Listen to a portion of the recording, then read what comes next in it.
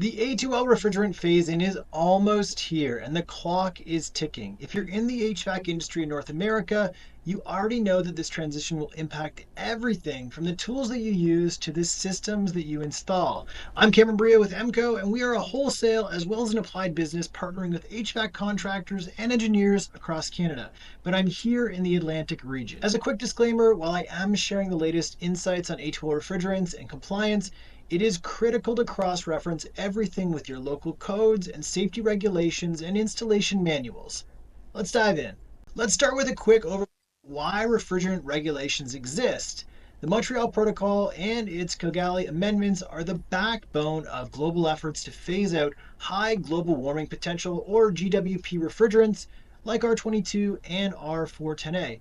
And in this chart, you can see where we have gone over the years with the aim of reducing GWPs. In 2023, the US updated manufacturing rules, which means manufacturers are now designing products to meet the US standards and will phase out R410A in production over the next 2 years.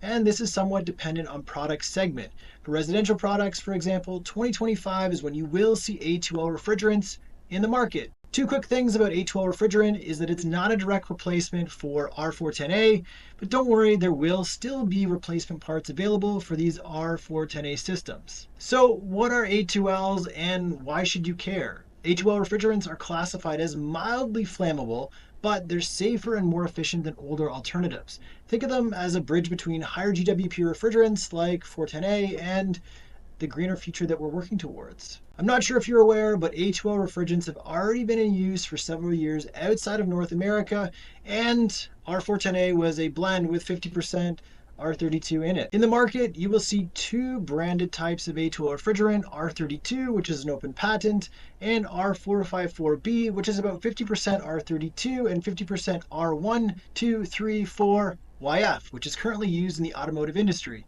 Which is better? Well, this is not that type of video, but know that you will need to have your TMP chart handy and a thorough review of the install manual for each piece of new equipment that you install as we make this transition. So the key points of A2L refrigerants are that it has a lower GWP and that it's mildly flammable. I get it, the flammable part has caused some concern both in handling as well as code adoptions. And at the time of recording this video, Ontario has adopted the 2023 version of CSA B52 for compliance, and I would imagine that other provinces will follow suit. In all of the info sessions that we have put on, there are two main items presented that you should be aware of when it comes to installation.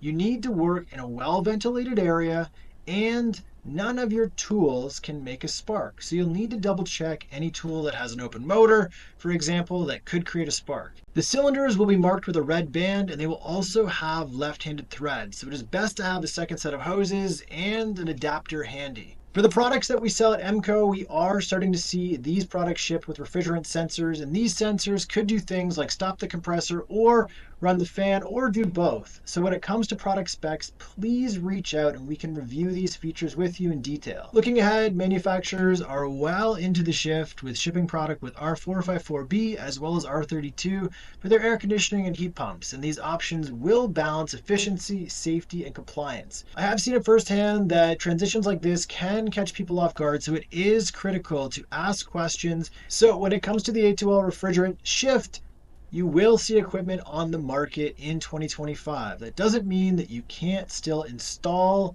R410A equipment. Here at EMCO, we certainly will have an overlap for a period of time with R410A as well as A2L refrigerants as we transition through 2025, and we are well prepared to support any service and repair that either system might offer as we move forward. If you are working in the field, it is critical that you ask questions. Compliance and safety standards are being updated regularly, and the purpose of this video is really to get information across. If you would like a copy of a quick guide that you can reference either at your office or in the field, comment the word guide down below and I'd be happy to send you a copy. If you have any specific questions on products, I'm always happy to help.